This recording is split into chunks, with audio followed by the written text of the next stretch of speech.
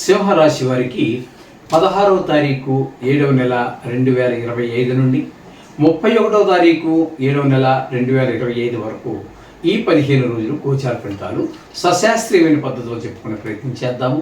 మిమ్మల్ని ఏదో ఇంప్రెస్ చేయడానికి, మిమ్మల్ని ఏదో ప్రోత్సహించడానికి కోసం లేనిపోనివి, శాస్త్రం చెప్పినటువంటివి రాసి పెట్టుకో, బల్ల గుద్దుత ఇలాంటివి ఏమి చెప్పడం జరగదండి. శాస్త్రం ఎంతవరకు చెప్పిందో అంతవరకు మాత్రమే చెప్పడం జరుగుతుంది. 100కి 100 పాళ్ళు కూడా శాస్త్రం ఎంతవరకు చెప్పిందో అంతవరకే చెప్పడం జరుగుతుంది. ఇందులో నా కవిత్వం కానీ, నా పైత్యం కానీ ఏమీ జోడింపబడదు. కాబట్టి మీరు కొంచెం అది గమనించుకోగలరు. ఇక్కడ సింహరాశి వారికి జన్మంలోనూ ద్వితీయంలోనూ 2 స్థానాల్లో కుజుని యొక్క సంచారం జరుగుతుందండి ఈ 15 రోజులు. జన్మంలో 26వ తారీఖు వరకు ఉంటారు. తదుపరి ఒక 5 రోజులు మాత్రం ద్వితీయ స్థానంలో. ఈ కుజుని యొక్క సంచారము జన్మంలో కానీ ద్వితీయ స్థానంలో కానీ అనుకూలమైన ఫలితం ఇవ్వదు. అయితే జన్మంలోనూ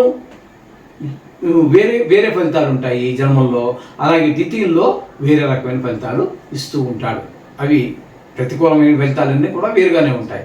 జన్మంలోకి వచ్చేటప్పటికి ఏమవుతుందంటే మన ఆలోచన, మన ప్రవర్తన అంతా భిన్నంగా ఉండటం, కోపంగా మాట్లాడటము, ఇట్లాంటివన్నీ కూడా జన్మంలో ఉన్నప్పుడు చేస్తాడు. ఇక ద్వితీయ స్థానంలోకి వచ్చేటప్పటికి రాబడి తగ్గిస్తాడు, ఆదాయం తగ్గుతుంది, మాటలో కఠినత్వం పెరుగుతూ ఉంటుంది, కుటుంబ విషయంలో కొంచెం అంత ఆహ్లాదకరమైన పరిస్థితులు ఏమీ ఉండవు.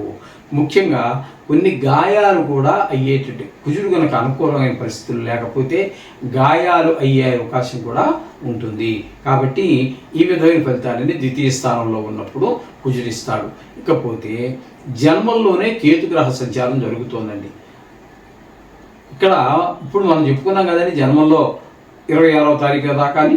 అట్లాగే సేమ్ అంటే అవే ఫలితాలని ఇంచుమించుగా కేతు కూడా ఇస్తాడు. ఎందుకంటే శాస్త్రం కూడా అదే చెప్పింది, కేతు కుజవత్తు అని చెప్పింది. అందుచేత ఛాయాగ్రహాలు కదండి, వీడికి ప్రత్యేకం కాకుండా రాహు ఇచ్చేటటువంటి ఫలితాలు, రాహు శనివత్తు అని చెప్పి శని ఇచ్చే ఫలితాలు అని చెప్పారు. అలాగే కేతు కుజవత్తు అన్నారు. కేతువు కుజుడు ఇచ్చేటటువంటి ఫలితాలు. జన్మంలో కుజుడు ఏ విధమైన ఫలితాలు ఇస్తాడు? శరీరానికి కొంచెం గాయాలు అవటము, మంచి ఆలోచనలు రాకపోవటము, కొంచెం అట్లా ధనం వ్యయం అవటం, అట్లా మన ప్రవర్తన కూడా చెడు వైపు ఎక్కువగా ఆకర్షింపబడటం, అటువంటి వాటిని మనం మనోస్థైర్యంతో చెడు వైపు మళ్ళకుండా చూసుకోవాల్సినటువంటి పరిస్థితి కూడా మనదే. ఈ విధంగా కుజుని యొక్క పరిస్థితి జన్మల్లో ఉన్నప్పుడు, ద్వితీయంలో ఉన్నప్పుడు ఏమో ధనానికి, వాక్కి, కుటుంబానికి ఇబ్బంది కలిగేటువంటి పరిస్థితులన్నీ కుజుని యొక్క సంచారం కలుగుతుంది. అలాగే కేతు కూడా జన్మంలో ఉన్నారు, ఆయన కూడా మనకి జన్మంలో కుజుని ఫలితాలే ఇబ్బంది కలిగేటువంటి పరిస్థితులన్నీ కూడా నేను చెప్పుకున్నాం కదండి. ఇప్పుడు అవే పరిస్థితులు ఆయన వల్ల కూడా ఉన్నాయి. అంటే ఇప్పుడు ఇక్కడ ఈ కుజుడు కేతు కలవటం వల్ల, తనుభావంలో ఉండటం వల్ల శరీరానికే ఎక్కువ ఇబ్బందులు ఉంటాయి. మానసికంగా కూడా కొంచెం ఎక్కువగా చెడు వైపు మళ్ళడం జరుగుతూ ఉంటుంది, గాయాలు అయ్యే అవకాశం కూడా ఉంటుంది. ఇది గమనించుకోండి. ఇకపోతే 7వ స్థానంలో రాహుగ్రహ సంచారం జరుగుతోందండి. ఈ 7వ స్థానంలో రాహుగ్రహ సంచారం వల్ల ముఖ్యంగా భార్యాభర్తల మధ్యన కొంచెం వాదోపవాదాలు జరిగే అవకాశం ఉంటుంది. అలాగే ఎవరితోనైనా మీరు భాగస్వామ్యంలో 2-3 కలిసి పెట్టుబడి పెట్టి వ్యాపారం చేస్తూ ఉంటారు. లాభాలు వస్తే కూడా సమానంగా పంచుకోలే, వాళ్ళ నిష్పత్తిని బట్టి పెంచుకుంటారు. అలాగే వాళ్ళిద్దరి మధ్యన కూడా అభిప్రాయ భేదాలు ఏర్పడే అవకాశం ఉంటుంది. భార్యాభర్తల మధ్యన, జాయింట్ వ్యాపారం చేసేవారి మధ్యన కూడా ఈ విధమైన పరిస్థితులన్నీ 7వ స్థానంలో రాహుగ్రహ సంచారం వల్ల ఉంటుంది. అలాగే ఇక్కడ రాహుగ్రహం వల్ల కొంచెం ఏంటంటే విష కీటకాదులు, క్రిములు, కీటకాదుల వల్ల కూడా, అంటే జస్ట్ మనం దోమలు, ఈగలు, బల్లులు, బొద్దింకలు, తేళ్ళు, జెర్రులు ఇట్లాంటి వాటిని మనం చెప్పుకోవాలి. వాటి వల్ల కూడా కొన్ని ఇబ్బందులు ఏర్పడే అవకాశం లేకపోలేదు. ఇకపోతే మనకి ఇప్పుడు ఈ సింహరాశి వారికి అష్టమ శని జరుగుతోంది. అష్టమ శని, దీన్ని కొంచెం గట్టిగానే చూస్తూ ఉంటారు. అష్టమ స్థానం అనేది ఆయుష్ స్థానం, ఆయుష్ కారకుడు శని. ఆ స్థానంలో దానికి సంబంధించిన గ్రహమే ఉండటం వల్ల కొంత భయపడుతూ ఉంటారు. అంత భయపడవలసినటువంటి పని లేదు. ఇది కేవలము కొంతమందికి జరుగుతుంది, కొంతమందికి చాలా చెడ్డ జరిగే అవకాశం కూడా ఉంటుంది. పెద్ద దుఃఖం వచ్చేటువంటి అవకాశం ఉంటుంది. కలత పీడ ఉంటుంది. రాజదండన కూడా ఉంటుంది. ఎందుకంటే మరి చెప్పుకున్నాం కదండి, కొన్ని కోట్ల మంది జనాభాలో పరమ పుణ్యాత్ములు ఉంటారు, పరమ పాపాత్ములు ఉంటారు. ఆ పాపాత్ముల్లో కొంతమంది దొంగ మరొకటో ఉంటారు. వాళ్ళకి రాజదండన ఉంటుంది. కలహం, ఎవరితో మాట్లాడిన కలహం, పరాభవాలు, అవమానాలు పాలవటం, ఇట్లాంటివన్నీ కూడా జరిగే అవకాశం మనకి అష్టమ స్థానంలో శనిగ్రహ సంచారం వల్ల జరుగుతుంది. ఇకపోతే దశమ స్థానంలో శుక్రగ్రహం యొక్క సంచారం జరుగుతోందండి. దశమ వృత్తిపరంగా చాలా ఎదగలుగుతారు. ఆల్రెడీ మీరు ఈ లలిత కళలకు సంబంధించినటువంటి ఉద్యోగాల్లో ఉన్న వారికి మరింత పేరు ప్రఖ్యాతులు వస్తూ ఉంటాయి.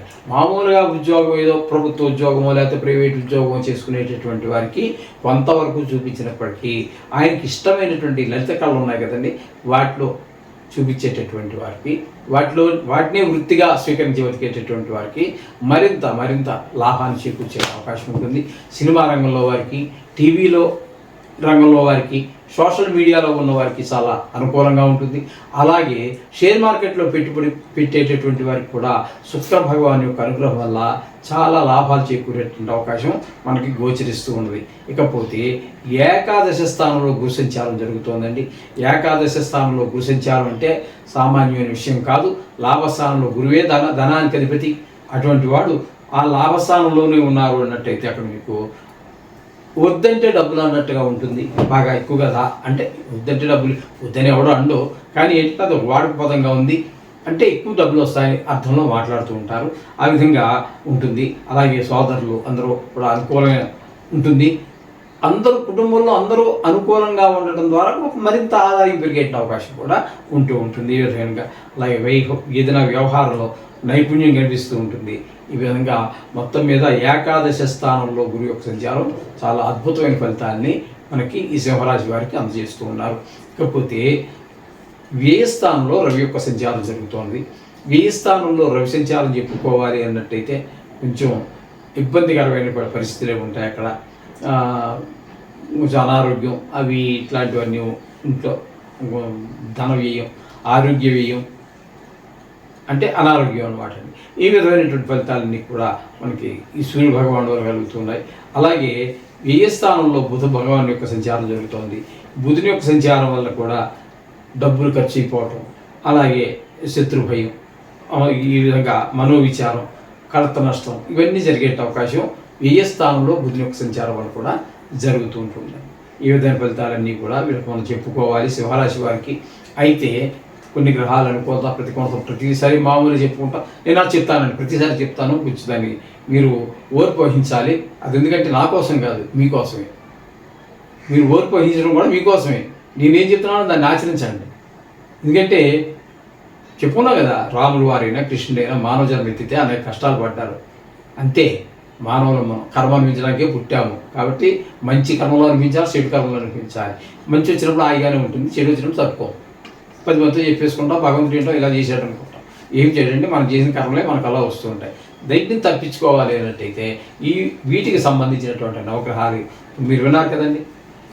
ఏ గ్రహాల వల్ల అనుకూలమైన పరిస్థితులు ఉన్నాయి, ఏ గ్రహాల వల్ల ప్రతికూలమైన పరిస్థితులు ఉన్నాయి విన్నారు కదా. అది వినకపోతే ఆ విషయాల్లో మళ్ళీ వినండి, వినకపోతే వినండి. విన్నారు కాబట్టి ఆ విషయాల్లో తగు జాగ్రత్త తీసుకుంటూ ప్రతికూలంగా ఉన్నటువంటి గ్రహాలు ఏవైతే ఉన్నాయో వాటి మీద మరింత దృష్టి పెట్టి నవగ్రహాల యొక్క మంత్రాన్ని రోజు చదువుకోండి. మీరు ఖచ్చితంగా ఈ కష్టాల నుంచి బయటపడతారు. శుభం.